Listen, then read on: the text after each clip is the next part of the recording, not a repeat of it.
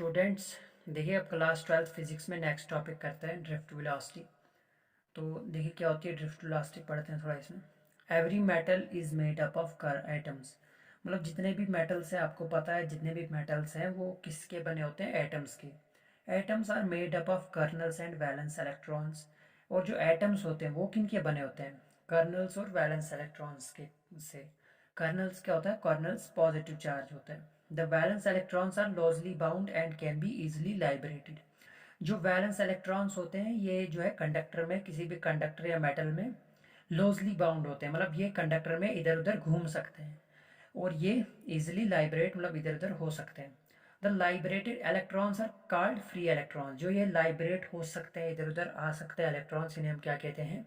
इन्हें हम कहते हैं फ्री इलेक्ट्रॉन्स। अब देखिए, the free electrons move with in the boundaries of metals. They free electrons जो होते हैं वो कंडक्टर में इधर उधर घूम सकते हैं, कहीं भी जा सकते हैं boundaries of metal. Atom in a random वे, किसी भी वे में, इनका कोई एक रास्ता नहीं होता है। The average thermal speed of the free electron is in the order of 10 raise to the power 5 metre per second. जो एवरेज थर्मल स्पीड होती है फ्री इलेक्ट्रॉन की वो क्या होती है? 10 to the power 5 metre per second. But the average thermal velocity, मगर जो एवरेज थर्मल वेलोसिटी होती है फ्री इलेक्ट्रॉन की is zero. But the average thermal velocity of free electron is zero. If, देखिए अगर हम मानते हैं u1 u2 u3 से लेके un तक be the individual velocity of n electrons. अगर हम मानते हैं कि u1 u2 और un तक जो है हमारी इनिशियल वेलोसिटी है, इंडिविजुअल मतलब टोटल वेलोसिटी या इनिशियल वेलोसिटी है n इलेक्ट्रॉन्स की, then average velocity of electrons is given by. तो एवरेज वेलोसिटी क्या होगी इलेक्ट्रॉन्स की? देखिए u एवरेज वेलोसिटी हम कैसे निकालेंगे? जितने भी हमारे पास ये हैं गिवन वेलोसिटी, तो इनको ऐड करके डिवाइड बाय n कर देंगे, क्योंकि n नंबर ऑफ वेलोसिटी है। तो u1 plus u2 plus u3 size कहाँ तक? un तक, divide by n equals to zero. अब ये इक्वल्स टू जीरो क्यों लिया हमने? क्योंकि एवरेज थर्मल वेलोसिटी जो होती है इलेक्ट्रॉन्स की वो जीरो होती है। इक्वेशन फर्स्ट मान लीजिए इसे। अब देखिए यहाँ नीचे देखेंगे, ये जो हमारे पास डायग्राम है, तो क्या लिखा है हमें ऊपर? Connect A battery across the ends of the conductor. देखिए यहाँ पे एक बैटरी कनेक्ट कर देनी है कंडक्टर में, ends of the conductor. Due to this electric field E, इस यहाँ पे जो अब इलेक्ट्रिक फील्ड ई बनेगा is produced inside the conductor. Conductor के अंदर जो मतलब इलेक्ट्रिक फील्ड बनेगा due to this electric field, इस इलेक्ट्रिक फील्ड की वजह से each electron will experience a force of minus e e. तो जो मतलब ये मतलब इलेक्ट्रिक फील्ड है, इसकी वजह से जो हर एक इलेक्ट्रॉन है वो कौन सी फोर्स एक्सपीरियंस करेगा?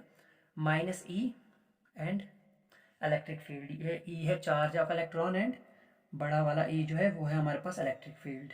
Due to this force of free electrons, इस फोर्स ऑफ जो फोर्स है फ्री इलेक्ट्रॉन्स की, जिन्हें हम एक्सेलरेट किया था negative end to the positive end की तरफ, हम इन्हें एक्सेलरेट करेंगे। देखिए यहाँ पे नेगेटिव एंड से पॉजिटिव एंड की तरफ एक्सेलरेट करेंगे हम। तो of the conductor this the acceleration of each electron is given by. तो उस टाइम पे हमारी एक्सेलरेशन क्या होगी तो वो देखते हैं इलेक्ट्रॉन्स की। तो जो एक्सेलरेशन होगी हमारी वो होती है, एक्सेलरेशन होता है फोर्स अपॉन मास। तो मास तो ऐसे ही रहेगा, लेकिन फोर्स क्या है यहाँ पे अभी हमने पढ़ा, फोर्स बराबर है माइनस ई वेक्टर ई।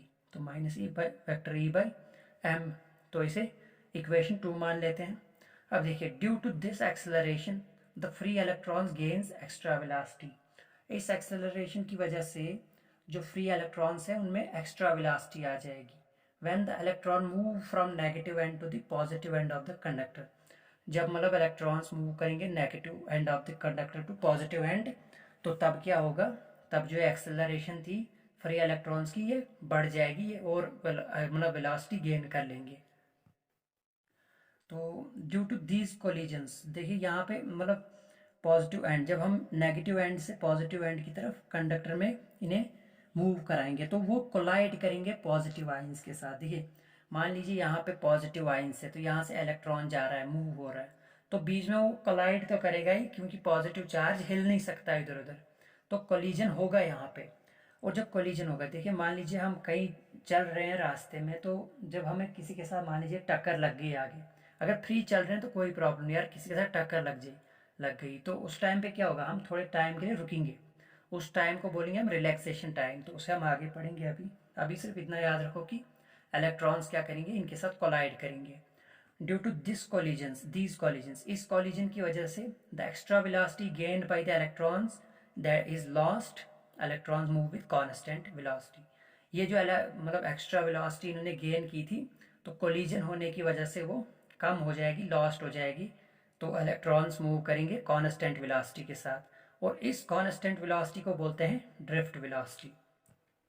अब देखिए यहाँ पे ड्रिफ्ट वेलोसिटी की डेफिनेशन है, यहाँ से यहाँ आगे तक देखिए, hence drift velocity is defined as the average velocity with which an electron is drifted towards positive end of the conductor under the influence of external electric field। तो क्या होती है ड्रिफ्ट वेलोसिटी?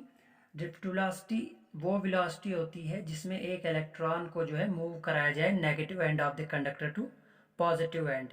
तो किसके इन्फ्लुएंस में? External electric field. अब देखिए, the drift velocity of electrons is approximately 10⁻⁻⁴ metre per second. ये ड्रिफ्ट वेलोसिटी होती है इलेक्ट्रॉन्स की। सपोज v1, हम सपोज करते हैं vector v1 be the final velocity of the electron having initial velocity जिसकी क्या थी, वेक्टर u1, और v2 be the final velocity of the electron having initial velocity u2 and so on. देखिए हमने पीछे नहीं लिया था u1 u2, तो अब उसी के रिस्पेक्ट में हम v2 लिख रहे हैं and so on. The drift velocity क्या होगी उस टाइम पे? देखिए vd, वेक्टर vd का मतलब है d for drift, v for velocity, drift velocity बराबर होगी हमारे पास vector v1 plus vector v2 plus vn तक, क्योंकि n इलेक्ट्रॉन्स है ना हमारे पास, तो इसीलिए। और एवरेज वेलोसिटी निकालनी है तो n से डिवाइड कर देंगे। बट हमें पता है कि वेक्टर v1 जो है वो बराबर होता है u1 प्लस a टाउ 1। तो यहाँ पे देखिए v1 तो होगी वेलोसिटी ऑफ फर्स्ट इलेक्ट्रॉन, और u होगी इनिशियल वेलोसिटी, और a हो गया एक्सेलरेशन। ये टाउ क्या है? टाउ है रिलैक्सेशन टाइम। जब एक इलेक्ट्रॉन जो है कोलाइड करेगा पॉजिटिव चार्ज के साथ, तो तब वो अपना रिलैक्सेशन टाइम लेगा, तो वो आप आगे पढ़ेंगे रिलैक्सेशन टाइम। तो v2 जो है वो बराबर है u2 plus A vector A tau 2। इसी तरह से हम वेक्टर vn तक जाएंगे, v1 v2 vn। उसी तरह से u1 u2 un plus vector A tau n। अब देखिए यहाँ नीचे क्या होगा, wear tau 1 is the relaxation time. देखिए वियर जो टाउ 1 है वो रिलैक्सेशन टाइम है फर्स्ट इलेक्ट्रॉन का बिटवीन टू सक्सेसिव कॉलिजन्स। जब उनका कॉलिजन हुआ था इलेक्ट्रॉन का पॉजिटिव आयन के साथ, पॉजिटिव चार्ज के साथ, तो उस वक्त रिलैक्सेशन टाइम हुआ था ये। And tau 2 is the relaxation time of second electron. उसी तरह से टाउ 2 जो है सेकंड इलेक्ट्रॉन का रिलैक्सेशन टाइम है between two successive collisions and so on, और ये ऐसे ही चलता जाएगा। अब देखिए, अब हम आगे से कैलकुलेशन करते हैं। तो देखिए वेक्टर vd अभी हमने फाइंड, देखिए यहाँ पे ऊपर देखिए, यहाँ था हमारे पास vd इक्वल्स टू v1। अब v1 की जगह हमारे पास क्या आ गया, u1 प्लस ए टाउ 1। तो यहाँ पे आ जाएगी u1 प्लस ए टाउ 1। अब देखिए प्लस v2, तो v2 की जगह है हमारे पास u2 प्लस ए टाउ 2 यहाँ पे ना, और vn की जगह ये प्लस चलता जाएगा आगे, फिर मैंने नीचे लिखा है, तो vn की जगह आ जाएगा un प्लस ए टाउ n, तो डिवाइड बाई n। अब देखिए ये n में दो तीनों मतलब इनको दे देता हूँ। यहाँ से देखिए ये u1 u2 और un कॉमन निकाल लिया, u1 u2 और un common, divide by n, और प्लस यहाँ क्या बचा फिर हमारे पास a, या इसमें से a हमने कॉमन निकाल लिया, तो बाहर आ गया वेक्टर a, सॉरी यहाँ पे वेक्टर a है, तो अंदर बचा टाउ 1 प्लस टाउ 2 प्लस कहाँ तक tau n divided by n। अब देखिए आगे क्या होगा, आगे देखिए किस तरह से होगा ये। तो put the value of first, देखिए इक्वेशन फर्स्ट में क्या वैल्यू थे हमारे पास, पीछे दिखाता हूँ मैं आपको। जो u1 यहाँ पे लिखा था हमने u1 plus u2 plus u3 un तक होल डिवाइड बाई n बराबर होगा हमारे पास 0। तो देखिए यहाँ आगे क्या फ़ायदा है इसका हमें, ये जो है ये वाली इक्वेशन ये पूरी 0 हो जाएगी, क्योंकि हमने पीछे इसे 0 पुट कर दिया था एवरेज वेलोसिटी, तो 0।